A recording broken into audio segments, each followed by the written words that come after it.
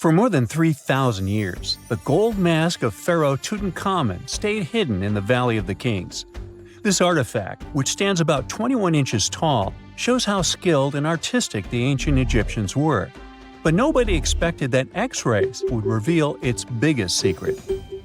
King Tut was the last ruler of his family during the 18th dynasty.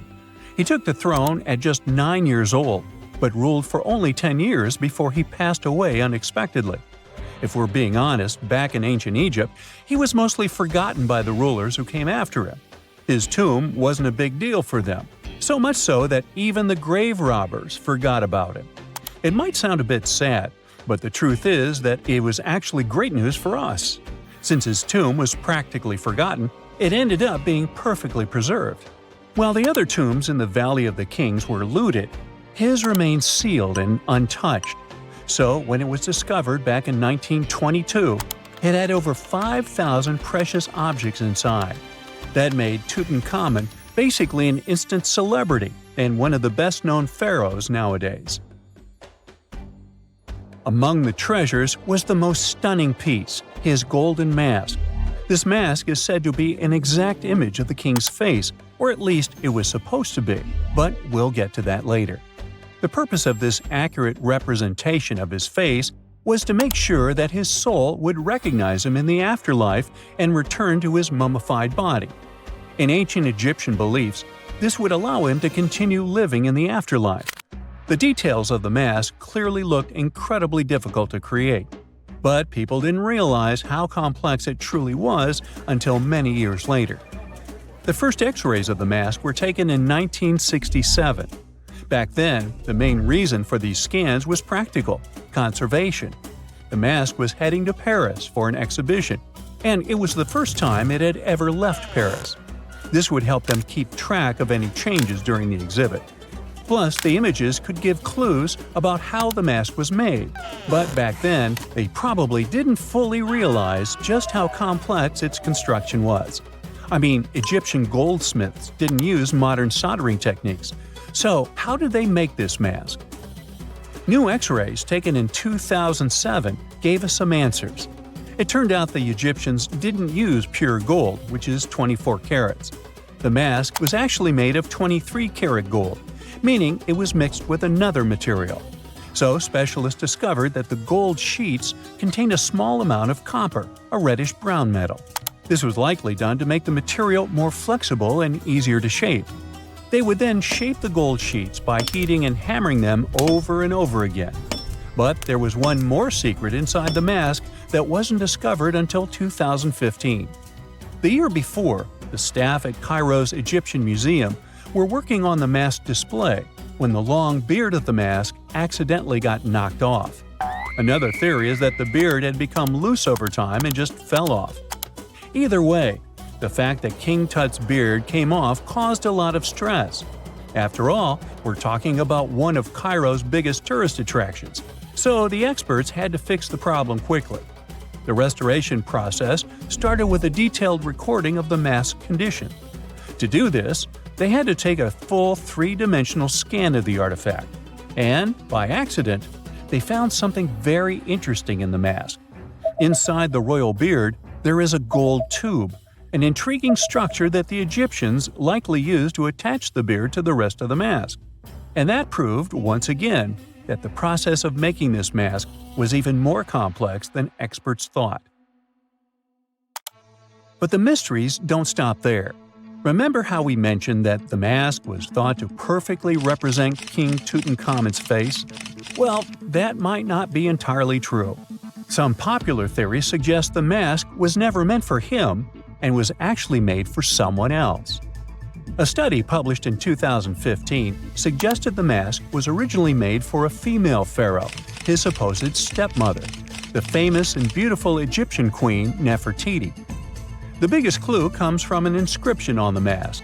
At first glance, it seemed to belong to Tutankhamun, but after a close examination, researchers noted that something else was actually written underneath King Tut's name.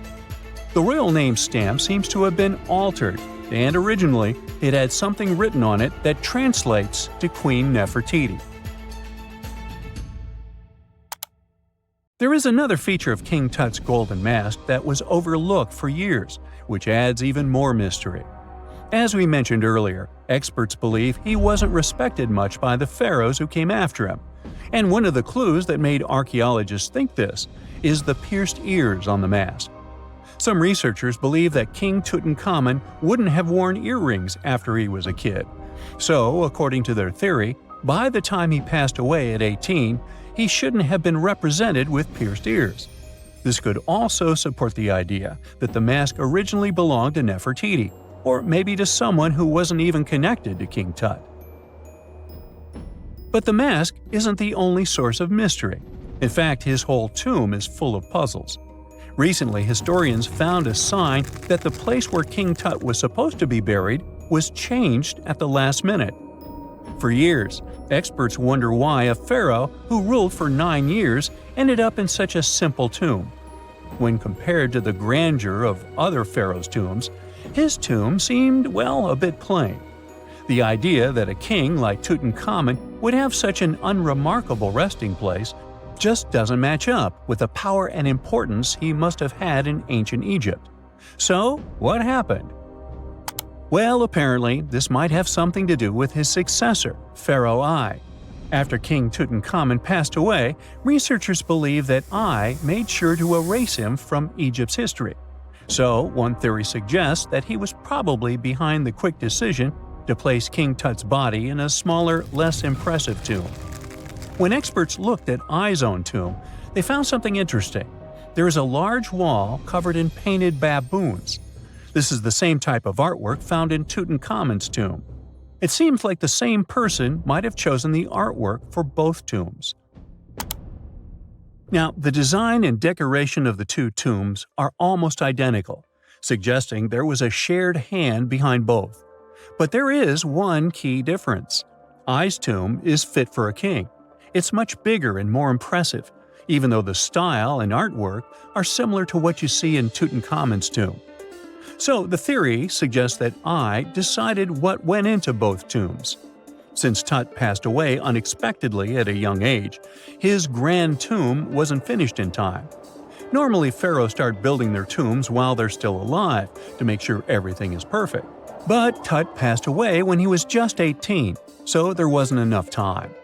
Ay may have taken advantage of the situation, ordering a smaller tomb for Tut and keeping a larger one for himself. Experts believe this theory explains why Tutankhamun's tomb is so simple and how Ay managed to wipe his memory from history so easily.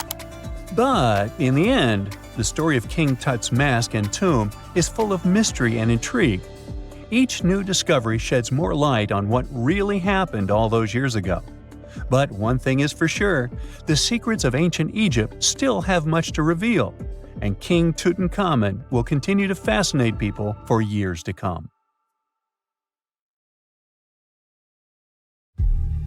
Unlike many other ancient Egyptian burial grounds, King Tutankhamun's tomb stayed hidden and free of unwanted thieves for 3,000 years. One reason was that the tomb was smaller than average and tucked away in a place called the Valley of the Kings. This area was already being extensively explored by the time they stumbled upon Tut's spot. The entrance was all covered in debris from building a nearby tomb, which must have also helped keep it a secret. There were also zero writings or signs on the outside of the tomb. Time passing also played a part in keeping it in amazing shape until the 1920s, when a man named Howard Carter finally made it in. But was Carter that big of a hero? Some recent findings say he might have been sneakier than initially thought. People used to think Carter wasn't just a glorified treasure hunter, he was a true archaeologist. Before Tut, he had been on a relentless quest for Egyptian artifacts. He discovered his interest in these unusual objects when he was a child, and soon started drawing the sculptures and inscriptions that were found in ancient tombs. After stumbling upon the remains of King Tut, Carter spent a decade recording and processing all sorts of objects, like golden thrones, chariots, and statues from Tut's tomb, shipping them down the Nile to Egypt's museum in Cairo. Well, at least that was the official story. More recent discoveries claim that not all of the objects made it to Egyptian officials. A secret letter seems to uncover Carter's little 10 for them, 1 for me policy. The letter in question was sent to Sir Alan Gardiner, a philologist and friend of Carter's, dated from 1922. In these writings, Carter mentioned having found the tomb and was asking his buddy for some advice. In another letter from 1934, Gardiner seems to be thanking Carter for an amulet, which was sent to him as a thank you gift. Carter was adamant that it didn't come from Tut's tomb, but evidently it did. Even the British director of the Egyptian Museum was onto Carter's sneaky endeavors, but couldn't prove it. He compared Gardiner's amulet to others from Tut's tomb, and lo and behold, they were a perfect match. Gardiner was so disappointed to have been put in such a sticky situation that he vented to Carter in another letter. Deciding to be a good friend, Gardiner didn't throw the famous archaeologist under the bus. Instead, he advised Carter to take those stolen goods back to Cairo, just like he'd advise you to like this video and subscribe to the Brightside channel for more amazing videos on the most unique topics in history. It's not the only shady piece of information on Carter's post-discovery behavior. In 1947, a man named Alfred Lucas, who used to work with a controversial archaeologist, gave some information in an obscure journal in Cairo. He claimed that Carter sneakily cracked open the burial chamber door himself. Then he sealed it back up like nothing had happened before the official uncovering. Now, why would he do that? Well, the same theory suggests that Carter and his crew might have entered the tomb early so they could get their hands on some ancient goodies. Obviously, these people couldn't risk having such objects sold while they were still alive, but made sure they were auctioned off after they passed. Carter, though, never confessed to anything. He made no official denial either, but the Egyptian government couldn't risk any more mysterious disappearances, so they prohibited him from entering the tomb for a while. Some have connected this apparent stealing to the curse of King Tut. If you've never heard of it, know that it became quite the scary tale soon after King Tutankhamun's resting place was uncovered. It claimed that anyone messing with the tomb of the boy pharaoh would face some serious bad luck. It's not all dramatic like a mummy going on an aggressive spree, but word got out that the people involved in disturbing King Tut's lair met some mysterious, untimely ends. The main untimely passing related to this supposed curse is that of George Herbert, the 5th Earl of Carnarvon. He was this British aristocrat who helped fund the search for the tomb. He passed away just a year after the tomb was opened.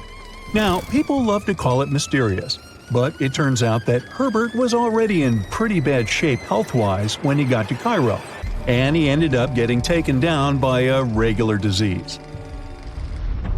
Now, let's talk numbers. There were a lot of people linked to this tomb opening – security guards, archaeologists, and supporting staff.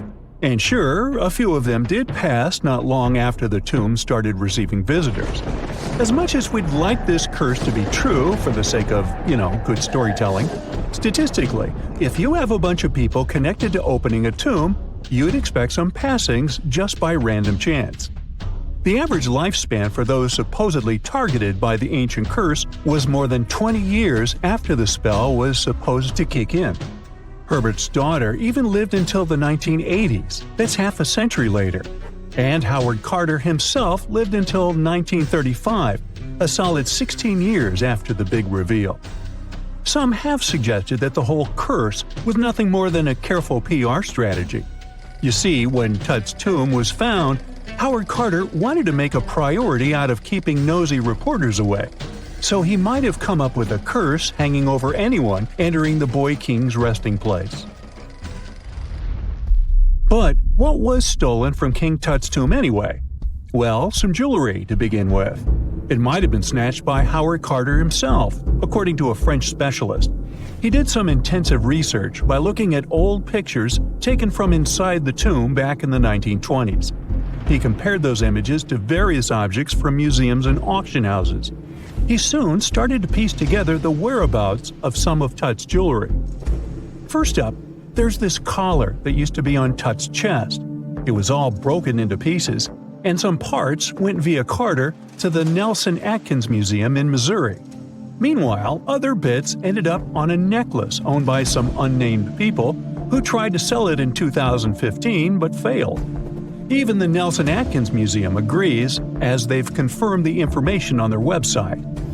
Then there's a headdress piece. Some beads from it that once belonged to Tut apparently got stolen by Carter too.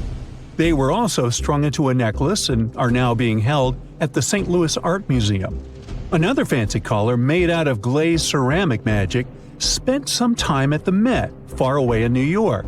Thankfully, it was sent back to Egypt a bit over a decade ago. This seems to have been, as you'd expect by now, also stolen by Carter. Missing artifacts aside, King Tut still gave a ton of amazing objects that helped us learn more about this incredible ancient culture. Starting with the famous burial mask. It's this massive 21-inch gold art piece with semi-precious stones and glass paste. It weighs 22 pounds and showcases the boy pharaoh with a long beard and a headdress with a cobra and vulture. On the back, there's this spell from an important ancient Egyptian spiritual book that's supposed to make sure it works just as well in the afterlife. Tut was also apparently a board game enthusiast. They found 4 board games in his tomb, some made of ivory. Archaeologists also found a pair of gold sandals, though you'd imagine they were more for show than for comfort. In fact, the pharaoh probably never wore them in his lifetime. Now, speaking of fashion items, it turns out Tut was quite the fancy ruler. They even found a mannequin in his tomb that was used to pick out, adjust, and store his outfits and jewelry. The boy king seemed to have also enjoyed some music, based on the 2 trumpets historians found in his tomb. Though they were played back in 1935 in a BBC broadcast, the instruments are today considered too fragile to be maneuvered. During the early 1920s, the world was mesmerized by King Tut. A British archaeologist, Howard Carter, discovered the young pharaoh's tomb in Egypt's Valley of the Kings, 1922. But the public wasn't only interested in gold and jewelry. The press wrote about the curse of the pharaohs, but was it true? Was an ancient curse really the reason everyone entering the pyramids lost their lives? At the time, this was the only explanation for a series of unexplained passings. The man present at the opening of King Tut's burial chamber, George Herbert V, Earl of Carnarvon, lived only 5 more months after the discovery. He had also sponsored the dig. In comes Sir Arthur Conan Doyle. You probably know of him, the English writer behind Sherlock Holmes. He claimed that an evil elemental caused the explorer's demise. He must have been joking, right? Unfortunately, no. The newspapers continued to blame the pharaoh's curse after every Egyptologist left this world. These are the scientists who study the ancient cultures of Egypt. The archaeologist who opened King Tutankhamun's tomb passed away full 17 years after the discovery. The reason for it wasn't a secret: Hodgkin's disease. Yet again, journalists around the world wrote of a curse. This was getting ridiculous. But science must have had a rational explanation, right? Well, it did. And that explanation was common mold. Harmful fungi, Aspergillus, can survive for ages in sealed tombs. When humans inhale them, there's a high risk of infection in people who have a weakened immune system. Today, doctors believe this is what happened to the unfortunate explorer more than a century ago. Scientists now know that this type of fungi grows especially well on grain. And King Tut's tomb was full of offerings in the form of baskets full of raw grain and bread. Researchers discovered other varieties of fungi on ancient Egyptian mummies. These molds can easily cause some nasty consequences for humans. The danger of rotting organic material is real. Just look inside your fridge. Any food leftovers you have there start to go off after just 3 to 4 days. You can imagine what happens to food in a sealed chamber after thousands of years. Food is just one kind of organic material. There is also wood. If you expose it to water or even moisture in the air, it starts to deteriorate. You don't have to travel to Egypt to see the effects of this process. Any abandoned building in your neighborhood can serve as an example. When a piece of wood gets wet and has no way of drying out, there is going to be damage. From fungi to wood-boring insects, the list is long. Rotten wood presents a huge structural issue. Beams and floor panels are all made of timber, so you better not go inside a failing building. You can easily lose your footing. But this is just the tip of the iceberg. The building materials since the time of the pharaohs have changed, but so have the dangers. One of the best examples is asbestos. Until the 1970s, most home insulation materials contained this substance. It was in everything, from boilers to soundproofing. This microfiber provided excellent heat insulation. But then, the United States banned asbestos in 1989. The UK did the same a decade later. The reason for it is that asbestos becomes a health hazard when it gets damaged. When humans inhale asbestos fibers, they can get seriously sick. Abandoned strictures are full of this material, and there is no one to maintain them. You see the danger now. Another material is also common in old buildings: lead. Ancient Romans used lead piping to channel spring water into their homes. They also cooked in lead vessels, which was probably not the wisest of choices. You see, lead and water don't go well together because of something called corrosion. But this problem isn't ancient. US officials banned lead piping only in 1986. That means that 7% of American households still have lead service lines. And this is not the only source of poisoning. Until the mid-1960s, builders used lead paint to coat woodwork. In abandoned buildings, this lead coating snapped a long time ago. Anyone who touches doors and windows will disturb this lead dust and inhale it. The dust particles are at least visible to an unaided eye. This is not the case for carbon monoxide. This gas has no color, so you can't see it. It has no odor, so you can't smell it. No way to detect a carbon monoxide leak at all. And how does this dangerous gas usually escape? Poor maintenance. Well, abandoned buildings have zero maintenance. 1 second, you could be exploring an old factory, and the next you could feel dizzy with and have a terrible headache. These are just some of the symptoms of CO poisoning, the less severe ones. But what is the source? All it takes is for an old boiler to finally give way after years of neglect. We've reached an important question. What is the main factor in air quality inside a room? If you are thinking the level of oxygen, try again. It turns out that oxygen levels drop by only 0.3% in 8 hours inside an airtight room. This is a room in which doors and windows are sealed with tape, so the decrease is even smaller in normal conditions. Oxygen isn't the main problem. The levels of carbon dioxide rise sharply inside a sealed room. This is the direct result of human breathing. We inhale oxygen and exhale CO2. Think of it as a waste gas. Normally it's only a tiny portion of the air we breathe, 0.04%. But in a sealed room, high levels of carbon dioxide will make you feel drowsy. And that's the last thing you need when inside a dilapidated building. Carbon dioxide will decrease your ability to think clearly. Researchers from Harvard did an interesting study in 2016. They had office workers come in 6 days in a row to complete a problem-solving test. During the week, they gradually raised the carbon dioxide levels in the mock-up office. The results of the same test kept getting worse over time. There are many factors at play, but CO2 levels definitely had an impact on the workers' problem-solving ability. The test took place inside a typical office environment, not inside a crumbling building where visitors must watch their every step. When I say visitors, I really mean trespassers, and trespassing is a criminal offense in the United States. This goes both for private and public property. If you defy the law, you can be fined up to $5,000 or even face lockup time. That should make you think twice before jumping over a fence with a no trespassing sign. But again, you might not be the only one inside. You can never know who else is in the building. Perhaps a person up to no good? It doesn't have to be a person at all. Animals can pose a threat as well. You would be startled if you saw a rat, for example. But the poor animal would be scared as well. It might bite you. The list of diseases rats carry is pretty long. But rodents' teeth can cause other forms of damage. They grow constantly, so the animal has to constantly nibble on something to stop them from overgrowing. If you ever felt peckish at 1 a.m., you know the feeling. Electric cables are high on the rodents' menu. Abandoned buildings have plenty of those. Old wiring is dangerous on its own. Structures erected before 1984 often used wires made out of aluminum. Today, copper is the standard because an aluminum wire is 55 times more likely to catch on fire than a copper one. Flipping a switch in a rundown building can cost you your life. Be on alert for telltale signs that something is wrong. Lights that flicker, sparks from sockets, and the smell of smoke. And yeah, don't count on an earth cable to protect you from electrocution. Ground cables became standard only in the 1960s. You hear the word Paris, and a picture of the Eiffel Tower comes straight into your mind, or croissants. Or maybe you imagine going on a romantic stroll in the city of love, or croissants. But not many know that right below the bustling city of Paris, there is a series of underground passages, the catacombs. They're home to the remains of more than 6 million people.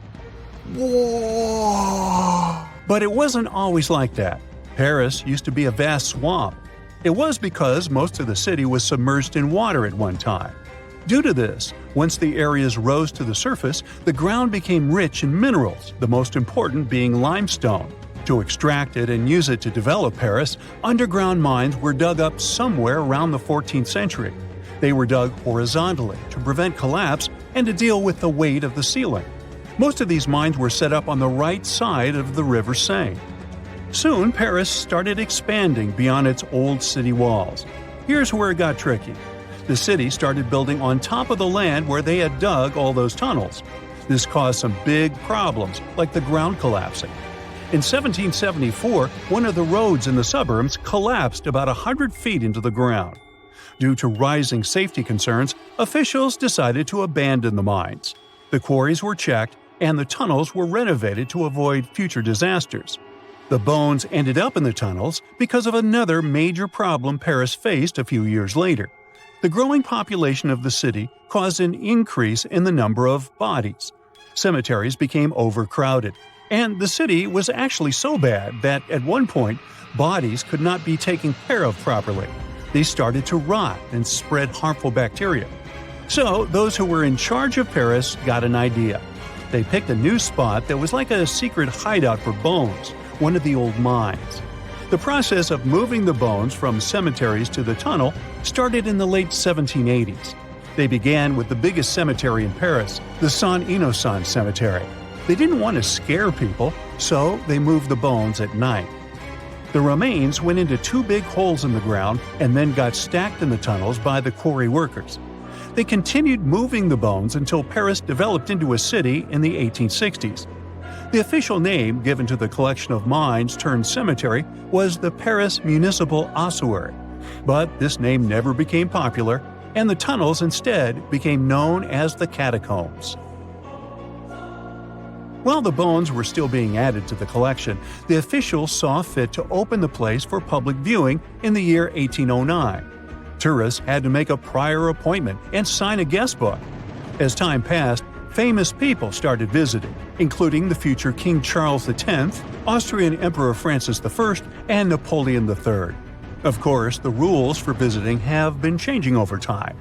But now the catacombs, also known as the Ossuary of Den Pharaohs, have become a famous tourist spot. Around 5 million people come to explore it every year. What drives them?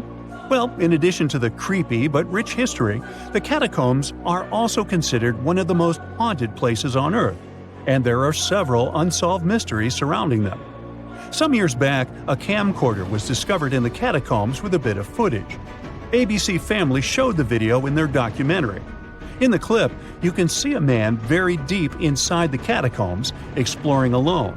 The video is from his point of view, and he sees something strange. He runs away terrified and eventually drops his camera. What happened to this man is still unknown.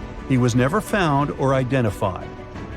There are also reports of people getting lost in the catacombs, the most famous being a doorkeeper who got lost in 1793. His body was found 11 years later near an exit. How he passed away remains a mystery. There are also some not-so-eerie but equally strange mysteries surrounding the catacombs. There are people who like exploring the tunnels on their own. They're known as cataphiles. These people go into the quarries that have been abandoned to the public and long forgotten. Some explorers discovered secret water pools in the abandoned areas, and people would go to take a dip there. In 2004, police patrolling an unexplored area came across a 5,300 square foot cavern with a movie theater. There was a screen, projection equipment, some classic movies, and even chairs.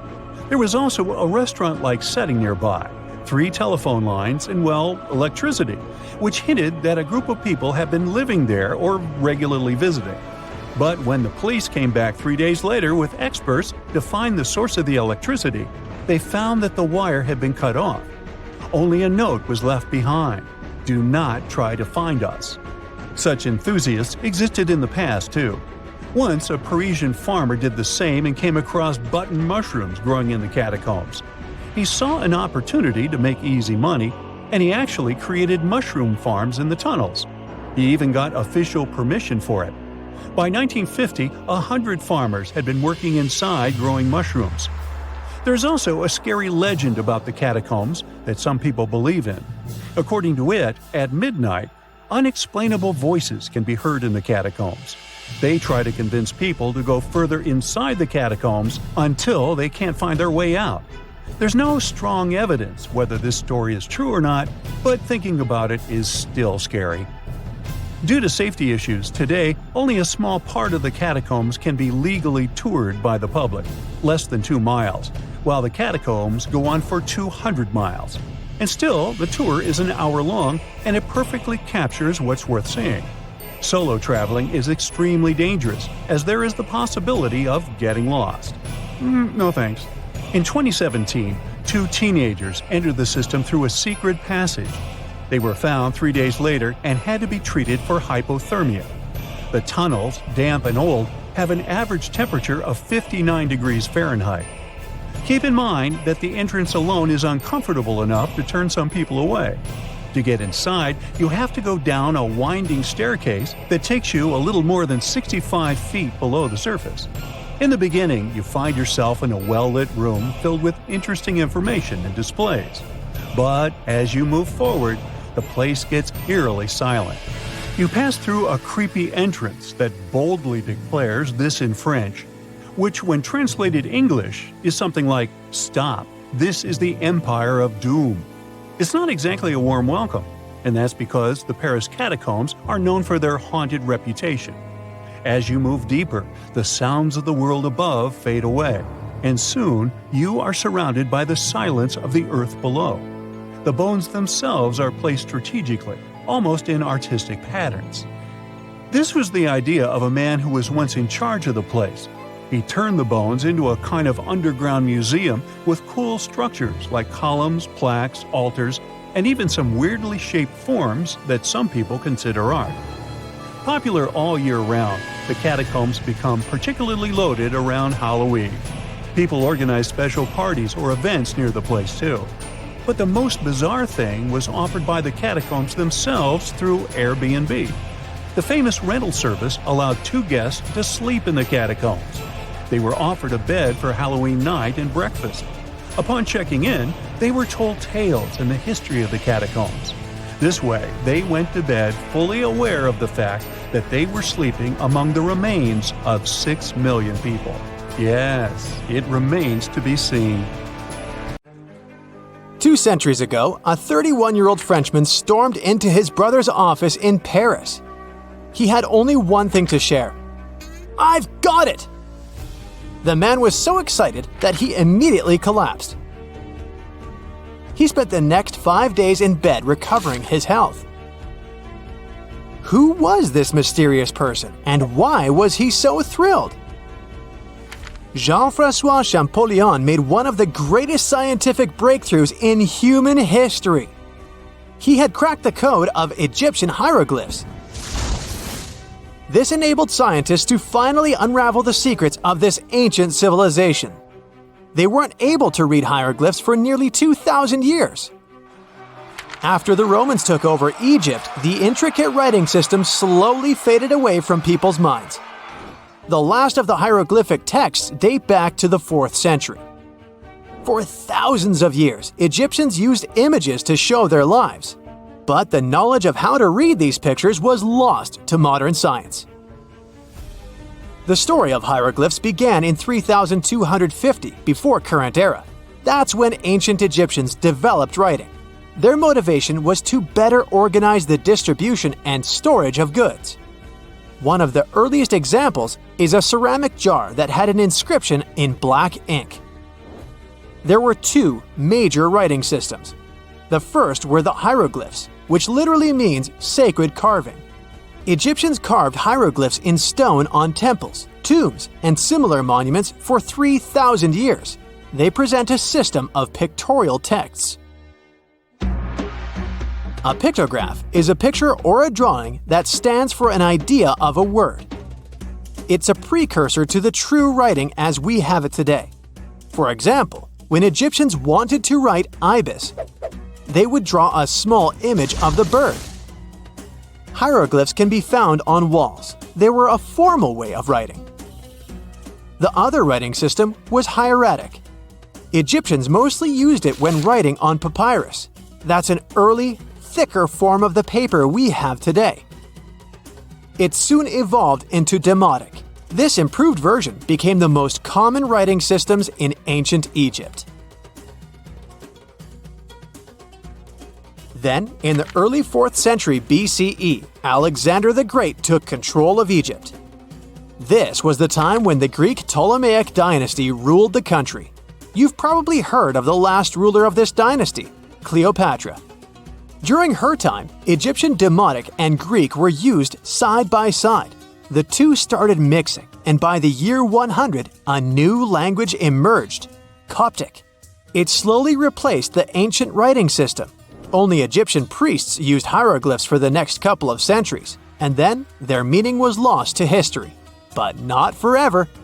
Arabs were the first who tried to solve the mystery of the hieroglyphs. Medieval travelers came across these strange symbols and wanted to understand their meaning. They consulted speakers of Coptic and translated text from Greek and Latin into Arabic to break the code of the hieroglyphs. During the Renaissance, Europeans also became fascinated with the legacy of ancient Egypt. Scholars from the Old Continent believed that hieroglyphs were a group of symbols as opposed to a written language. This was all about to change in 1799. A year earlier, Napoleon, the famous French ruler, arrived in Egypt. His subordinates constructed a fort that dated back to the 15th century. Rashid, or Rosetta, was a port town in the northeast of Egypt, near Alexandria. One section of the old fortification wall contained an interesting slab inside. The stone tablet was made of a granite-like rock.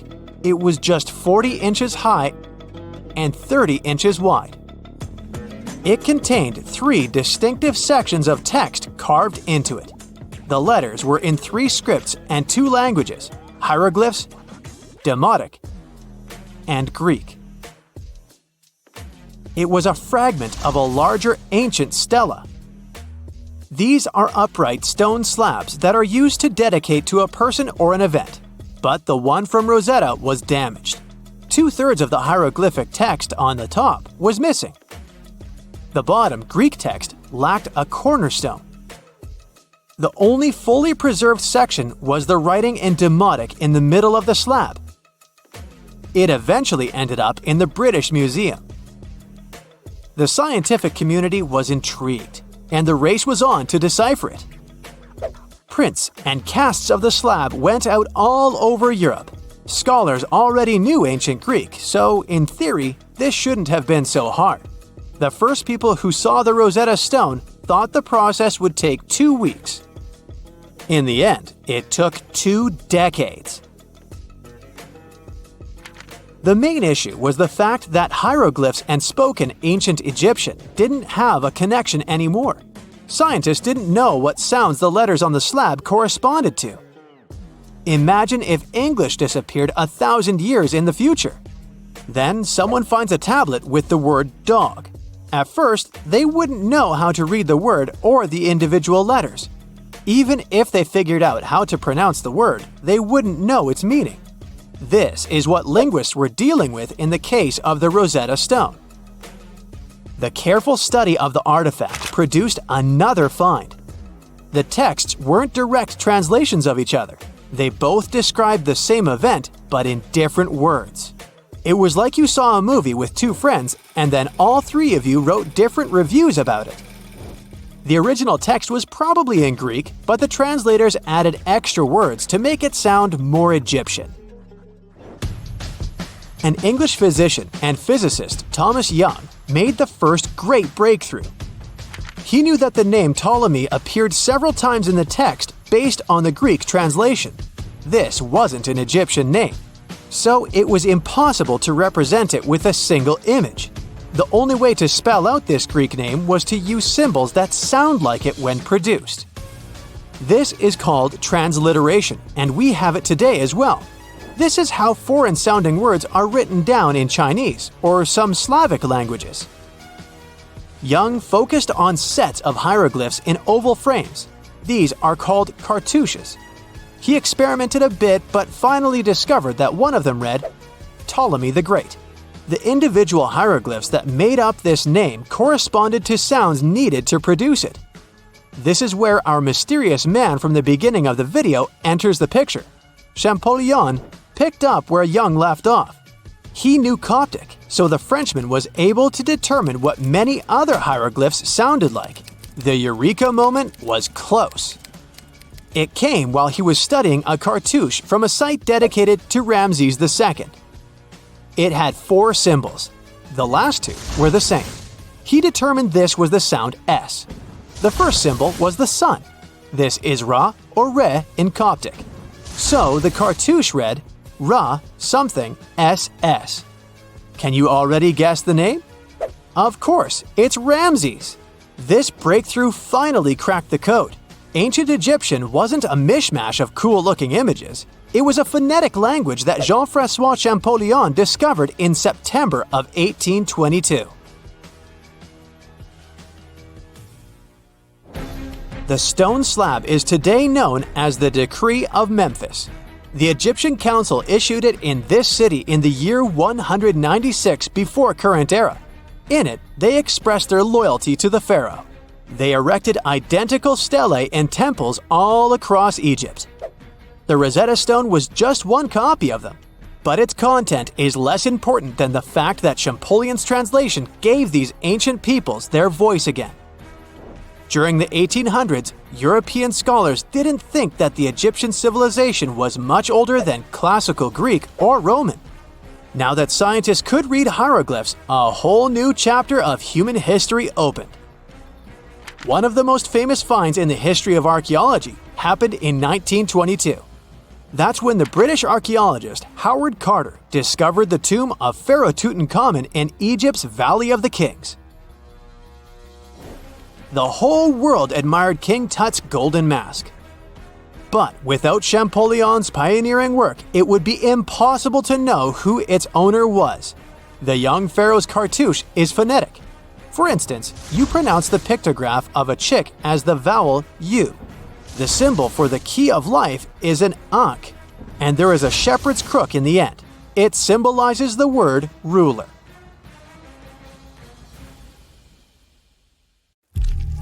When you hear the word mummy, you might get a chill down your spine. That's because most of us associate this word with those creepy characters we've seen in some scary movies. But in reality, mummies have helped us understand a lot about ancient civilizations, their rulers, and about how people used to deal with losing their loved ones. The people most famous worldwide for their mummies are the ancient Egyptians. They believed that some sort of existence after passing away was possible, if certain conditions were met. That's why they insisted on preserving the human body through the process of mummification and placing the mummy in a furnished tomb, kind of like giving it a fully functioning apartment of its own. Why did they believe in this? Well, because they were deeply connected to their natural environment for the most part. They saw the natural cycles around them, like how the sun rose every day, followed by the moon, or how new life was always sprouting from plants, even after they had wilted away. They also believed that the powerful spirit Osiris, who represented the cycle of passing away and resurrection, played a role in this process. To prepare for the afterlife, the ancient Egyptians followed certain rituals, like mummification, which involved using materials like honey, resins, and incense to preserve the body. There's no other mummy more popular than that of King Tut. He was a young pharaoh who ruled over 3,000 years ago in Egypt. The problem with discovering ancient royal tombs is that most of such burial sites were previously robbed. People knew ancient rulers had been left with many valuable belongings, so those locations became vulnerable to thieves. When King Tut's tomb was opened in 1922, people were excited because it had not been robbed, like many other previously discovered royal tombs. That's how well hidden it was. Inside, his mummy was encapsulated in a total of 3 coffins, including one made of gold. The objects found in his tomb showed us what ancient Egypt was like, and studying his mummy also helped us learn about the culture and practices popular at the time when he passed away. We also learned about his family by looking at his DNA. Scientists were able to discover that he had had a disease called malaria and a problem with his foot that might have made it hard for him to walk. Ramses II was another pharaoh in Egypt who ruled for 68 years, which was quite a lot back in the day. He was known for his expansion campaigns and building projects. Many objects from his time as a ruler still exist today, including a large statue of him. Ramses II was about 6 feet tall and lived to be about 90 years old. After looking at his mummy, scientists concluded that he may have had a medical condition that affected his spine. Now, remember those thieves I mentioned before? They are probably the reason why Ramses II ended up in a plain coffin in a secret collection of royal mummies at Deir al-Bahari, which was rediscovered in 1881. Thankfully, archaeologists were able to identify him because his journeys had been recorded on his wrappings. The process was really tedious too. In fact, in ancient Egypt, the mummification process could take a staggering 70 days to complete. A special person would say a very specific speech while delicately handling the body and drying it out using a type of salt called natron. They also used linen and resin to make the body look more lifelike and to wrap it in cloth. The tomb was equally as important for ancient Egyptians. The walls of King Tut's tomb, for example, were adorned with intricate artwork that depicted his journey to the afterlife, from his burial procession to his passage through the underworld. The ancient Egyptians believed that everyone made this journey after passing away, and they filled their tombs with items and paintings to help the person in their spiritual travels. Additionally, the walls of the tomb were decorated with spells from a special book, which contained a collection of poems that the Egyptians believed would help people reach the afterlife. And speaking of how important this journey was, people also placed food in these ancient tombs. In King Tut's tomb, archaeologists discovered 36 jars of vintage beverages and 8 baskets of fruit, which were believed to be left there to help him in his journey to the afterlife. The Egyptians believed that traveling to the afterlife took a really long time, so they left a lot of supplies, such as food and water, to sustain their loved ones. Pharaohs also generally had numerous luxurious garments and beautiful jewelry in their tombs to ensure that they would have a fashionable journey.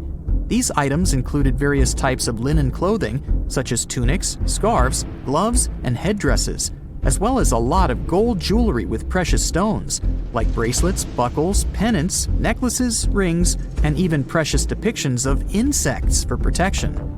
Some were also deposited with fans made from ivory and ostrich feathers to keep them cool in the afterlife.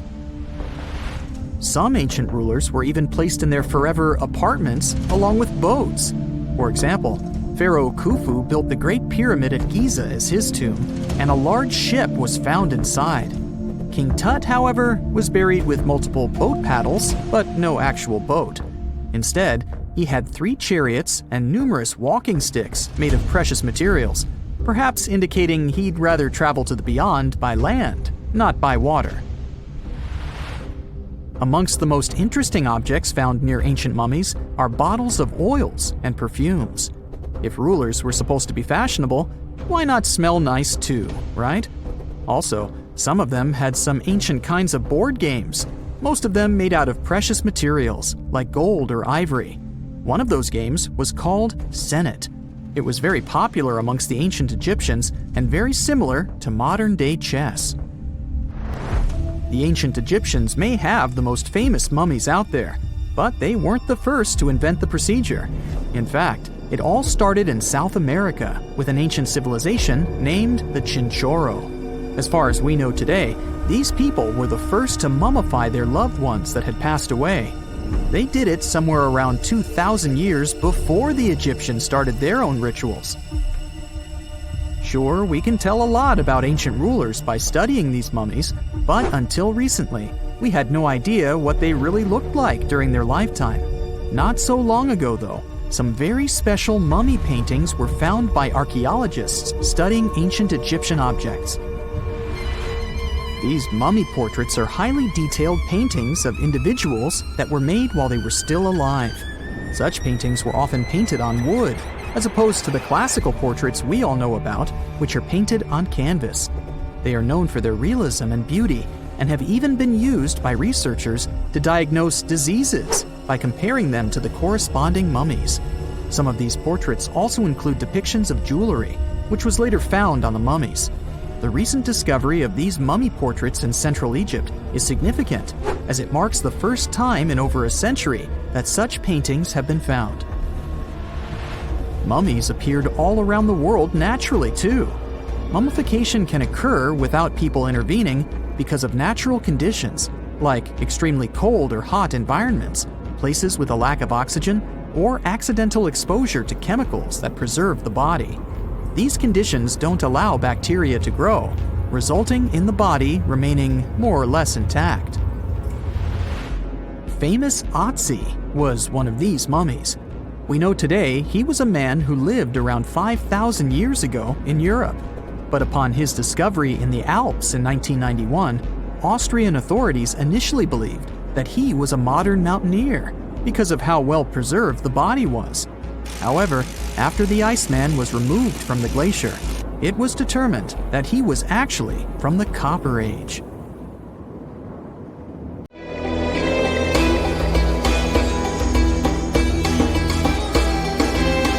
The Great Pyramid was created as the final resting place of ancient Egyptian monarch Khufu. According to legend, French leader Napoleon entered the Great Pyramid and came back out looking shaken and super pale. He never revealed what he saw inside, but whatever it was is said to have affected him for the rest of his life. When Napoleon entered the pyramid, he would have walked through a super tight and ascending passageway. He'd then go through another passageway, known as the Great Chamber. This corridor would have been much taller than the previous one, and would have cobbles too. He'd then reach the King's Chamber, the centerpiece of the Great Pyramid, which was lined with huge blocks of granite. But it wouldn't have looked as grand as we might imagine. There are no hieroglyphics decorating its walls, as Egyptians only began decorating the burial chambers of pyramids much later on. The pharaoh's tombs deep inside the pyramid would have also been filled with treasures, from chunks of gold to the world's most expensive jewelry. But this would have all been looted a long time ago. The only thing that probably would have been left in there would have been a huge sarcophagus, which would have once contained the king's mummy. He'd also have to walk past the queen's chamber. This room most likely didn't hold any queens though, as pyramids were usually only built for one person. There are mysterious tunnels leading from here. To this day, no one is really sure what they're there for. And that's not the only mysterious and creepy thing Napoleon may have encountered, as stories of pharaohs leaving ancient curses on pyramids go way back. Many pyramids had warnings written on the outside, telling of horrifying things that would happen to those who entered and disturbed the peace. We might not know what exactly Napoleon found in the Great Pyramid that scared him so much, but we know for sure what was found in Tutankhamun's tomb. Tutankhamun was an ancient Egyptian pharaoh who was only 8 or 9 years old when he took to the throne. He became a cultural phenomenon when his tomb was discovered almost completely intact in 1922.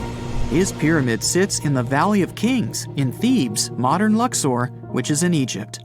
Unlike the Great Pyramid, Tutankhamun's tomb was covered in beautiful wall decorations.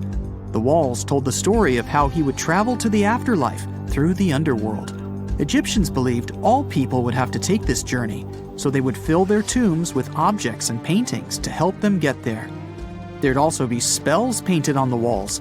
They believed this would help people pass over to the next realm. The journey would be pretty long, and for that reason, the ancient Egyptians would also fill the pyramids with food.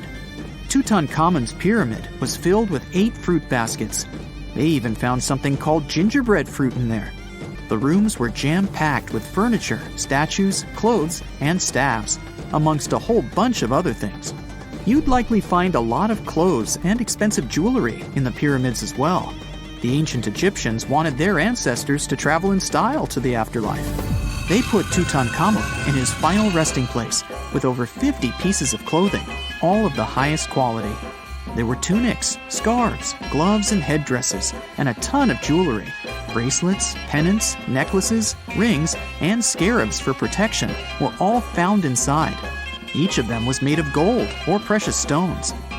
There were also fans made of ostrich feathers to keep the old pharaoh cool in the hot Egyptian sun. But the temperature inside the pyramids never actually went above 68 degrees Fahrenheit. The ancient Egyptians developed a super cool air conditioning system that we don't fully understand even today. Tutankhamun's pyramid also contained 130 walking sticks made from ebony, ivory, silver, and gold to help him on his journey. There were 3 chariots hidden away in case he got tired of all the walking. They also put 11 boat paddles inside, but there was no sign of any boat. The pyramids would be littered with the pharaoh's favorite scents and perfumes. During the excavation of Tutankhamun's pyramid, it quickly became clear that it had been robbed during ancient times. There was damage to doors and traces of oils left in empty jars. It looks like someone raided the pyramid for gold and the scents, perfumes, and oils that had been left for King Tut. There was still a bit of perfume, which was made from coconut oil and frankincense, left in one bottle. It seems like Pharaoh Tutankhamun loved board games. There was an ivory traveling set of senet in his pyramid. Although we don't know for sure exactly how to play it, we have figured out it was sort of an ancient Egyptian version of backgammon. It looks like it was a 2-player game where the goal was to knock your opponent off the board. Not really sure who Tutankhamun's mummy was supposed to play with, though. The ancient Egyptians had some rituals that may seem pretty strange to us. For example, they used to shave their eyebrows off if they ever lost a cat. So it's not too surprising they put some really weird things inside pyramids. Archaeologists discovered a collection of mummified cats and scarab beetles in pyramids that date back more than 4,000 years. They were found in the pyramids of Sakara, which is south of Cairo. They also found a bunch of makeup kits and mirrors inside. Makeup was worn proudly by both men and women in ancient Egyptian times. Eyeliner was the most popular cosmetic. The Rosetta Stone was one of the best discoveries ever made in pyramids. It was found by our man Napoleon Bonaparte and his team. It's a black granite rock that dates back to 196 BCE. It's transcribed in Greek, Demotic, and hieroglyphic. When it was translated in 1822, we got the key to understanding ancient Egyptian hieroglyphics for the very first time. The discovery of Queen Hatshepsut's mummy in 1903 changed our understanding of the Egyptians forever. After she had passed away, her successor, Thutmose III, removed most of the evidence of her reign, so we basically knew nothing about Egypt's first great female leader. She's now gone on to become one of the few and most famous female pharaohs of Egypt. Pharaoh Khufu even had a fully fledged boat in his pyramid. Archaeologists uncovered more than 1,200 pieces of a giant boat near the Great Pyramid at Giza. They reassembled the boat, and it's a whopping 144 feet long. It's most likely a solar boat, which was designed to carry the resurrected king with the deity Ra. Fun fact, the Pyramid of Giza is the last remaining of the 7 wonders of the ancient world. The other 6 are the Hanging Gardens, the Colossus, the Temple of Artemis, the Mausoleum, the Lighthouse, and the Statue of Zeus. This pyramid was also the world's tallest man-made structure for 3,800 years, and it's the biggest pyramid in Egypt. It took a staggering 2.3 million blocks of limestone, and some weighed as much as 80 tons. It took an incredible 100,000 laborers and a whopping 23 years to build. Its original height was a mega 480 feet. In 2017, archaeologists discovered something weird about Egypt's Great Pyramid. There's a hidden void that's at least 100 feet long, and no one really knows why it's there or what's actually inside it. The weird void is the first inner structure discovered within the 4,500-year-old pyramid since the 1800s. Scientists used cosmic rays to detect the massive hole, but are still no closer today to finding out what's inside. The ancient Egyptians took a lot of care building the pyramids, and everything was strategically placed and structurally sound, so it's super unlikely that this hole is due to blocks falling over time. Loads of pyramids also contain small model figurines called ushabti. These represented attendants. They believed they would come to life to serve the pharaohs in the afterlife. But it's amazing that all this stuff actually fit inside. There isn't actually a huge amount of space inside the structures. It's mostly just rock. It's nighttime, and you're about to walk inside Pharaoh Tutankhamun's final resting place. You know, King Tut. You don't have a torch, but at least you came with a flashlight. You walk down several flights of stairs and observe how the walls are carved in hieroglyphics and what looks like a spell. Those who take anything from this place will be doomed for life, the spell says. Even if you don't really believe it, this scares you a little bit. You find a huge stone door. Is it a trap? You manage to open it, but oh no, it's only an empty chamber. You check your map. It seems like you're heading in the right direction. After what feels like hours, you realize you must be trapped inside a labyrinth. You try to retrace your steps, but you can't find the door where you came in from anymore. That's it, you think to yourself. You've fallen for the Pharaoh's trap. What's worse, you didn't bring a lunch. Okay, so we've all seen Hollywood movies where the main character is exploring ancient ruins and faces some seriously dangerous traps, right? We've been told Egyptian royalty protected their final resting places with venomous scorpions and snakes, sliding doors that will trap you for life, and giant rolling boulders that will crush anyone on their paths. The thing is, were these traps truly real? Well, I regret to be the one to break it to you, but this is all fiction. These elaborate traps were too technologically advanced for ancient civilizations to pull off. That is not to say, however, that there weren't any traps at all. Ancient civilizations, like the Egyptians and the Mayans, are known for their practice of building entire monuments dedicated to the ones who had passed away. These structures would often reflect the position of person occupied in society. So, for the really important people, the VIPs of their times, massive monuments were built to host their bodies long after they were gone. Some of these civilizations believed that a person's life would continue on the other side of the veil. For that reason, a person would be buried together with the belongings of their current life. If they had a lot of money and power and stuff, that meant their resting places would be filled with riches and gold. Now imagine if you lived in ancient Egypt and you knew exactly where all the pharaohs' tombs were located and had heard rumors of the amount of wealth kept in these places. Maybe you would be tempted to go check it out, right? We're talking about large rooms filled from floor to ceiling with golden artifacts, jewels, and even money. I mean, it does sound tempting.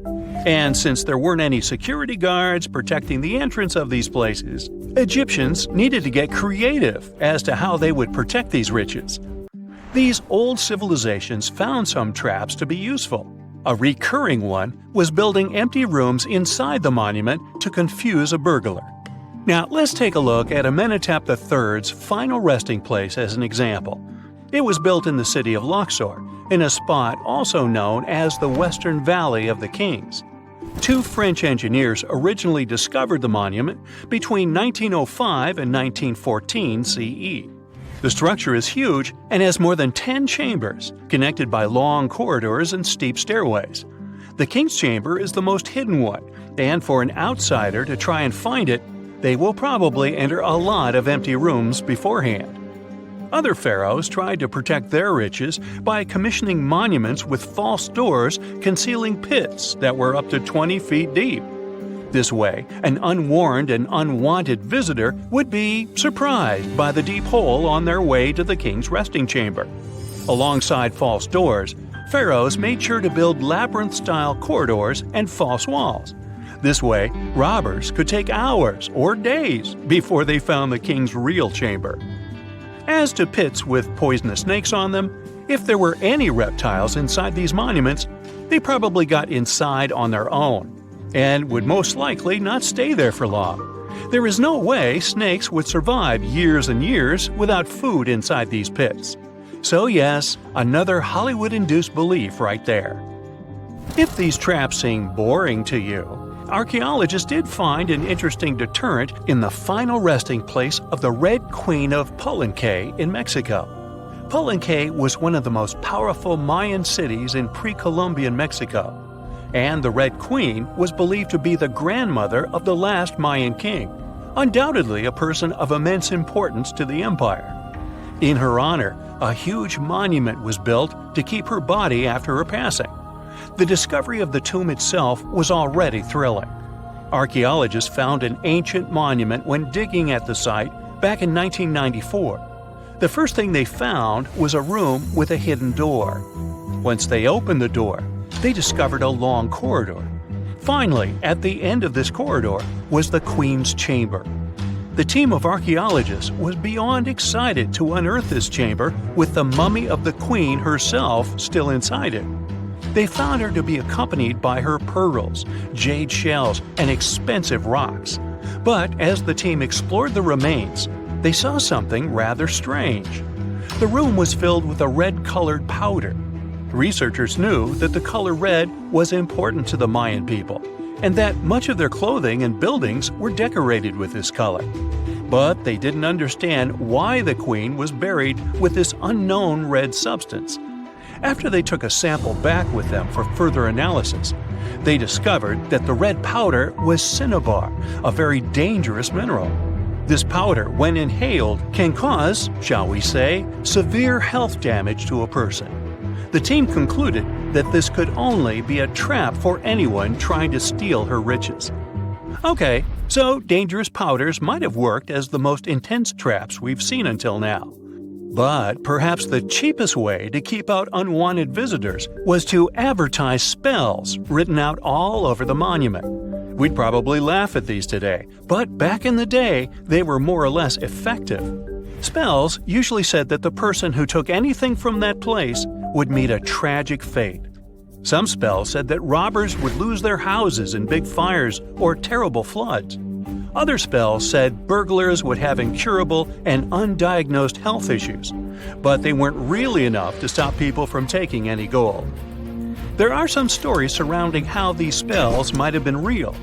One of them is from the famous British Egyptologist Howard Carter, the one responsible for unearthing Pharaoh Tutankhamun's resting place in the 1920s.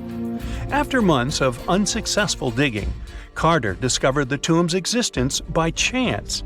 He found the entrance to a stairway right beneath the soil where he had been searching all those months.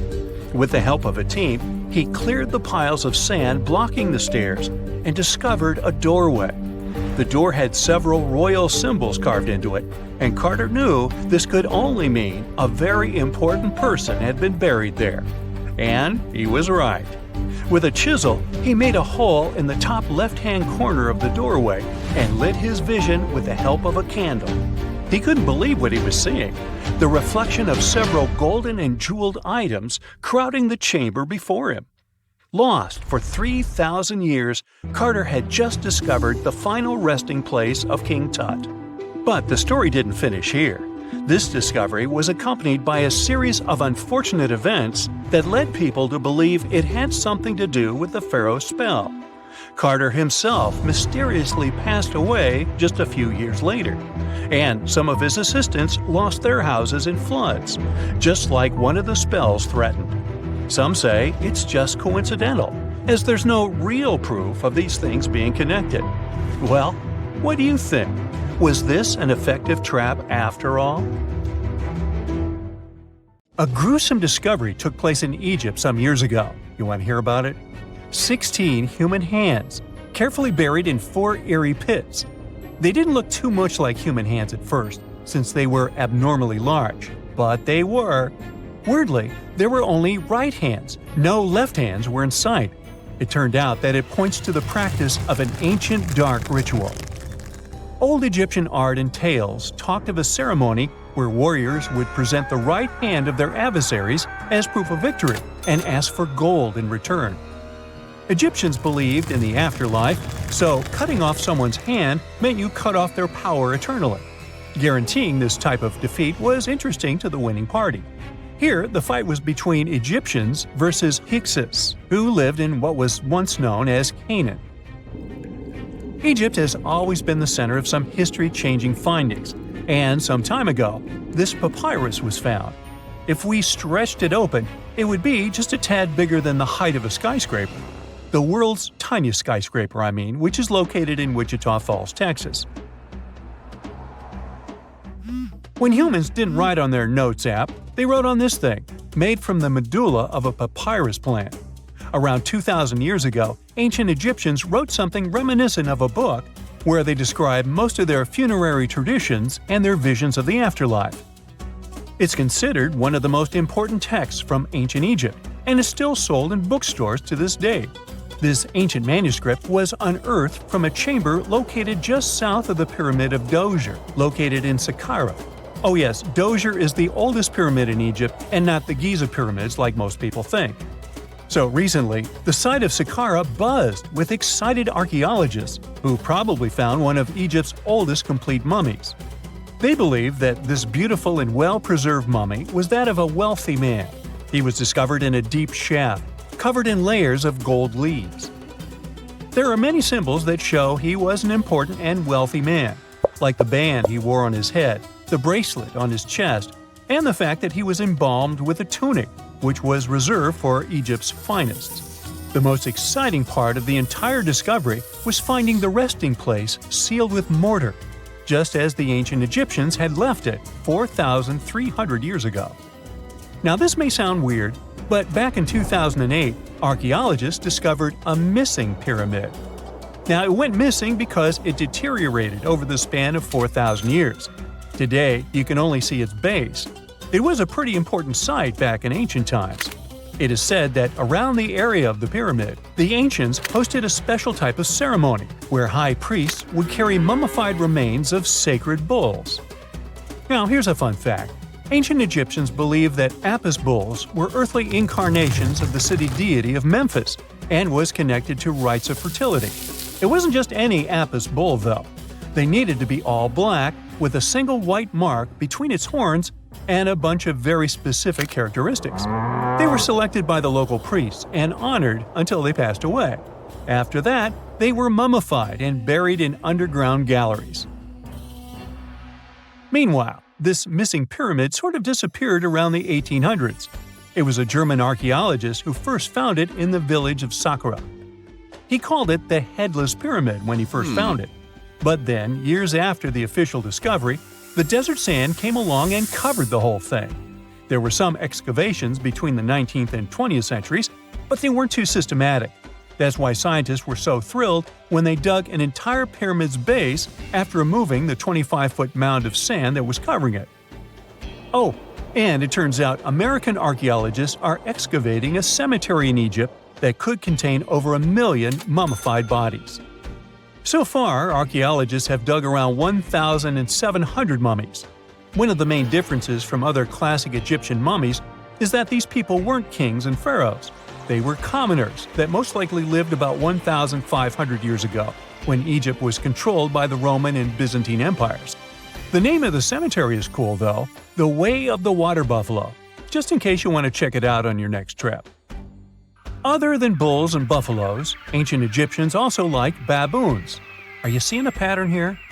In the beginning of the 20th century, archaeologists discovered a site filled with mummified baboons in a place called, guess what? The Valley of Monkeys. An animal wouldn't have been mummified if it wasn't considered important. Certain animals were more important than others, since they were linked to specific deities. Jackals were connected to Anubis, the ancient god of the afterlife, and cats were likened to the female deity Bastet. Baboons were a pretty big deal, since they were believed to be connected to Thoth, the deity of wisdom and advisor to Ra, one of Egypt's supreme deities.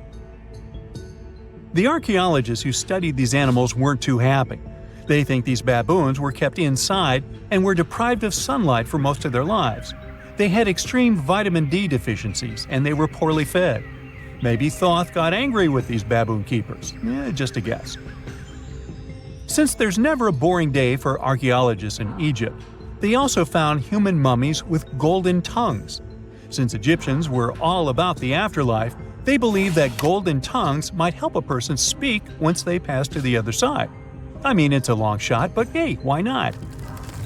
Some of these mummies were placed in wooden coffins with goods, such as necklaces, pottery, golden artifacts in the shape of lotus flowers, and scarab beetles, and iPhones. Just kidding. A new temple was also unearthed recently in Egypt. Scientists believe it was dedicated to honor Zeus Cassius. That deity would be a cross between Zeus, the almighty Greek deity of the sky, and Mount Cassius. While digging around the Sinai Peninsula in Egypt, archaeologists spotted 2 pink granite columns poking out of the ground. And bingo! They believe these columns represented the temple's front gate and collapsed during an earthquake many years ago. And speaking of deities, there weren't only super serious deities. Recently, scientists unearthed a golden ring in a city south of Cairo. No, Frodo, it's not magical. It was a normal gold ring, but it had the depiction of the deity of fun, officially named Bes. This deity is often described in sacred texts as a happy chubby dwarf. Today, many tattoos we get are sorta deprived of any sense and are made of aesthetic purposes only. In ancient Egypt, though, women would get tattoos as a token of protection for childbirth. That's what scientists think, at least. Around the Nile region, scientists found some mummies that had well-preserved tattoos, which is a rarity since the skin deteriorates so easily. 2 of these women tattooed their lower backs, and the drawings were simple. They were mostly pictures, including that same chubby dwarf we just talked about, Bes. He also had a side hustle as the protector of women during childbirth. Now, would you believe me if I told you ancient Egyptians invented robots? No? Well, that's because that's not entirely true. Sure, they were astronomers, mathematicians, and engineers, and somehow they also squeezed an eccentric invention into that package – an automated deity some scientists called Hathor. This wooden statue had been in the Metropolitan Museum of Art for years before someone noticed its secret. With the help of an X-ray machine, specialists discovered a mechanical operating system inside it. The pulley-like axis goes from the statue's shoulder to her left leg. When the system rotates, the statue raises and lowers her hand. Hey, pick me! Pick me! I got my hand up here. The ancient city of Taposiris Magna is hidden on the northern coast of Egypt. These days, it has very little of its former glory, but what lies beneath it may hold the secret to uncovering a famous mystery, that of Cleopatra, the most memorable Egyptian queen in history. The recently discovered tunnel is also known as a geometric miracle for its time. Excavations have uncovered a 43-foot-long structure below the ground, which is partially submerged in water. Its shape and construction technique are similar to that of the Eupalinos tunnel, another amazing ancient discovery. This one is located in Greece and was built by excavating simultaneously from 2 points, aiming to have them meet in the middle. The use of math and geometry to make this construction was astonishingly precise for those days, more so since it was built near a mountain. Archaeologists that have been working on the Taposiris Magna site since 2004 believe this tunnel may lead to the lost tomb of Cleopatra. The clues they found so far seem to back up this theory. For starters, the city and its temple were built by one of Cleopatra's ancestors, Ptolemy II. All the architecture seems to indicate it was dedicated to the ancient spirit Osiris and his queen Isis. Throughout her reign, Cleopatra did try to associate herself with Isis, so it may be no surprise she chose this location as her final resting place. Scientists have yet to pinpoint Cleopatra's tomb, but research continues with the help of modern technology. To study this location better, archaeologists have even used a special device called ground-penetrating radar. This tool allows us to analyze what lies beneath the ground without being intrusive. Since this tunnel is so old, research needs to be done very delicately. Seeing pictures of what's underground before you start digging is incredibly useful and has been done here since 2011. Finally discovering Cleopatra's tomb may help us piece together her story, especially what might have happened during the last portion of her life, which is still surrounded by mystery. We still don't know the exact cause of her passing. Some believe she may have let herself be bitten by a poisonous Egyptian cobra. Others have suggested that she was well accustomed to toxic substances, even hiding some in her hairbrush in case she ever needed it.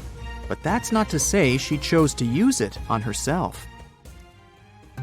We do have a lot of other interesting information on Cleopatra that's equally as impressive, like the fact that she had a stylist. Most of the images you've seen depicting this famous queen show her wearing black eyeliner. This look was put together by Iras, a woman known to have been her personal beautician. She traced the long line from her eyes to her temples, a makeup technique still used today to enhance the eyes. Iras was an important figure throughout Cleopatra's life, known also as her confidant and close friend. There are even theories that suggest Iras was there by her side when she passed away. Despite her well-thought-out looks, Cleopatra wasn't as pretty as she's described. Or at least, that's what recent research has pointed out. Sure, if we look at movies and modern imagery, she's depicted as this incredibly beautiful woman with symmetrical and delicate features. However, if we look at coins showcasing her image from back in the day, her looks are rather average. Her image on the coins might have been adjusted, too, to make the queen look stronger in the eyes of her people. So there is no trusted source available to confirm her image, but her description in most pieces of ancient literature speaks of her other qualities, like her voice and personality, not of her beauty. Cleopatra might have been the most famous Egyptian queen to this day, but she wasn't the first choice. She did have an older sister, Berenice, that was initially supposed to take the throne. Berenice passed away before she could do that, so Cleopatra took on the role and began investing in her education. She traveled throughout the country quite frequently, so she could become accustomed to her people and their needs. She was only 18 when the responsibilities were passed down to her, and immediately gained popularity because of her intelligence and education. Her taste in literature was quite good too. She was known to be a fan of Homer, the famed Greek philosopher and poet.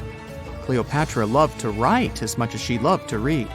There are even claims that she wrote a book on medicine and cosmetics, but we have no evidence to this day that such work ever existed. Part of being a great leader back then meant you had to speak multiple languages. Cleopatra clearly understood that, and that's why she's rumored to have known many languages to varying degrees.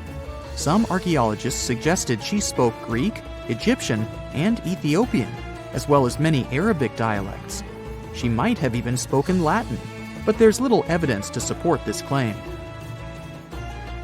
She might not have had angelic looks, but Cleopatra was really careful with the way she looked, even with her diet. She was known to have enjoyed simple meals, including a variety of fish. Since she lived close to the Mediterranean Sea, it's really no surprise. As a treat, she liked to eat stuffed pigeons, which she also served to her guests. Other dishes on the menu included vegetables and fava bean soup. Fruits and nuts weren't missing from her diet either, and she was also a big fan of honey.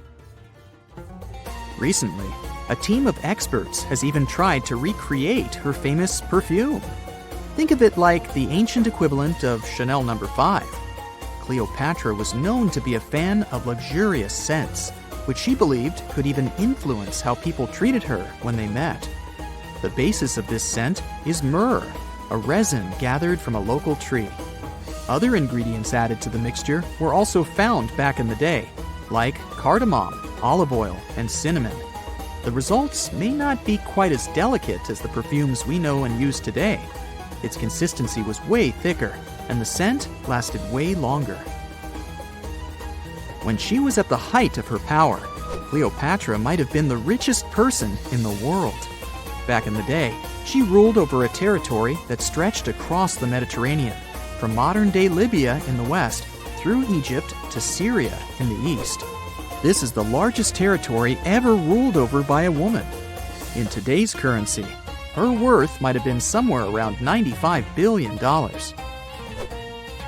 The calendars we use today may have been introduced by Cleopatra herself. She presented the idea of leap years and leap days to Caesar, the Roman emperor she was known to have been close with. Taking her advice, Caesar made these adjustments part of the official Roman calendar. The ancient Egyptians already knew the year was longer than precisely 365 days. They discovered this by studying the brightest star in the sky, called Sirius, and concluded that a year is actually 365 and 1/4 days long. It was Elizabeth Taylor that famously introduced Cleopatra to pop culture when she played her in the 1963 film bearing the same name. Up until that point, it was the most expensive film ever made. It was originally supposed to cost somewhere around $2 million, but ended up costing a mind-boggling $44 million. That's mostly because of script and production issues.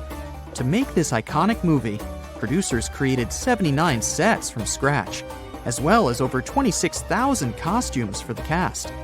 Elizabeth Taylor's Cleopatra costumes alone cost somewhere around $200,000. Thankfully for the producers, the movie made headlines and was well received by critics, making it a box office success. A lot of people associate Cleopatra with another famous Egyptian ruler, King Tut and Nefertiti, nicknamed King Tut. Surprisingly, apart from both of them being Egyptian pharaohs, they have nothing else in common. For starters, King Tut lived around 1,300 years before Cleopatra did, and there is also no connection regarding their ancestry. Cleopatra had Macedonian Greek roots, while King Tut was a native Egyptian. In November 1922, a boy walked through the desert mountains of Egypt and discovered some ancient steps carved into the rock. Subsequently, this find became one of the world's largest and most significant archaeological discoveries. This step was part of Tutankhamun's untouched tomb. Archaeologists found about 5,000 ancient objects, including jewelry, fabrics, painted vases, and funeral masks. You've probably seen one of them. It has become one of the most recognizable attributes of ancient Egypt. More than 100 years have passed since then, and now humanity has finally become close to another large-scale discovery, the tomb of Cleopatra.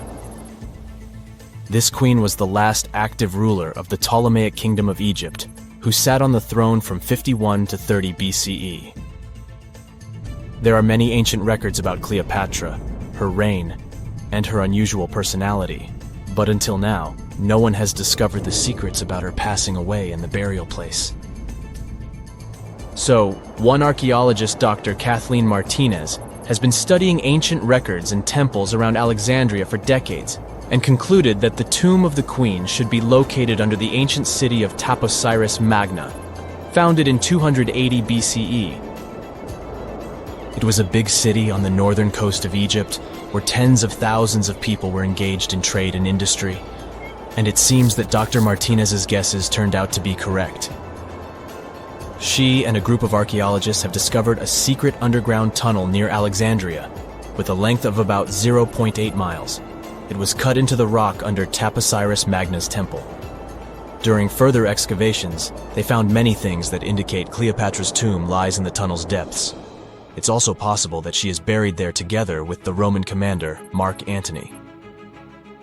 According to ancient records, Cleopatra and Mark Antony loved each other and together opposed the Roman Senate, which declared Antony a traitor.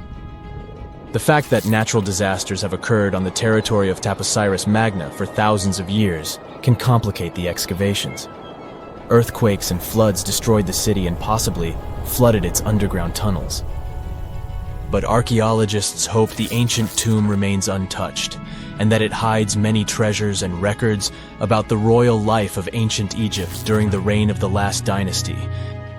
There's a chance that excavations will go underwater and in the mud. This will require much time and funding, but archaeologists are sure it's worth it. Anyway, it's too early to say that Cleopatra is really buried there.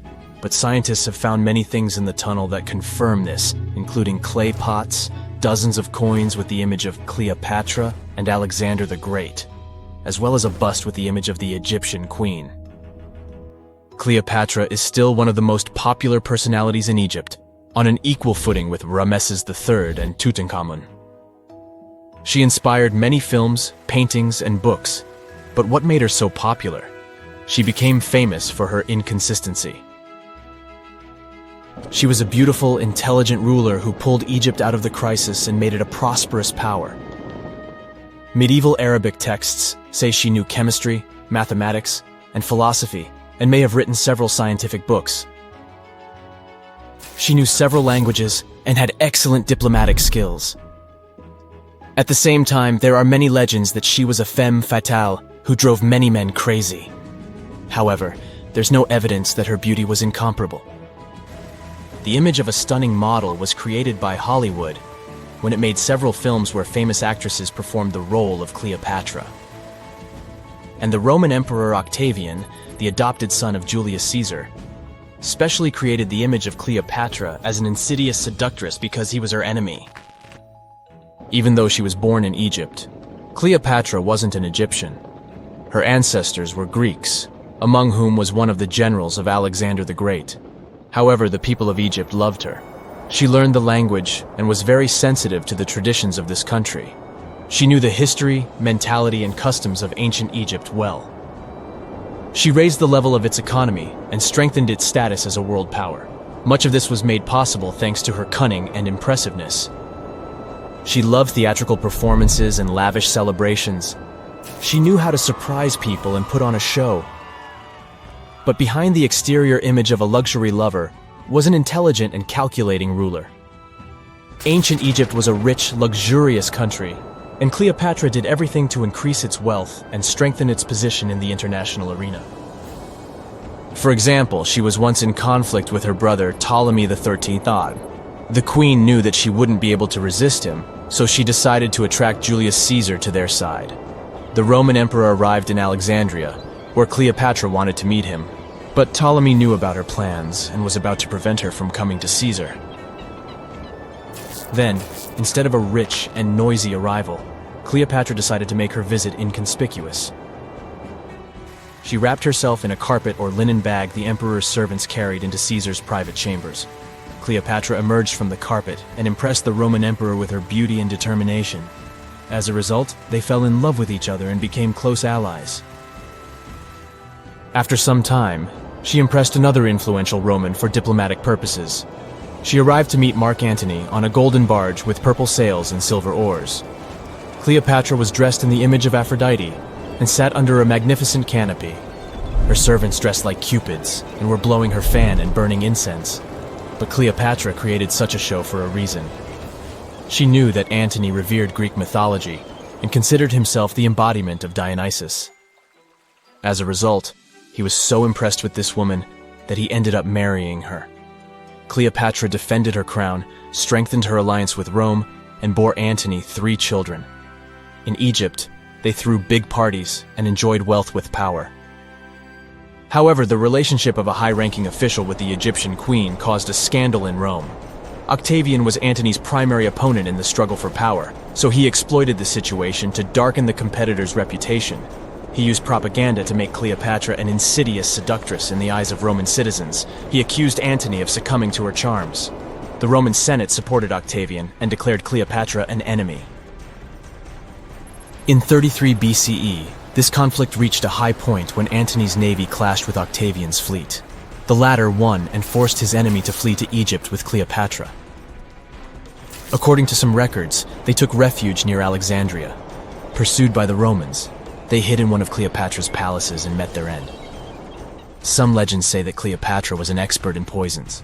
She provoked a venomous snake, a viper or an Egyptian cobra, to bite her. Also, according to another legend, she pricked herself with a poisonous needle. There's a theory that Cleopatra always carried an ampule with poison inside her hairbrush. And when she was cornered, she soaked the needle with this poison and pricked herself. None of this can be said for sure. Scientists are still trying to find out the truth. Perhaps when they reach Cleopatra's tomb, the world will get more answers about her tragic fate.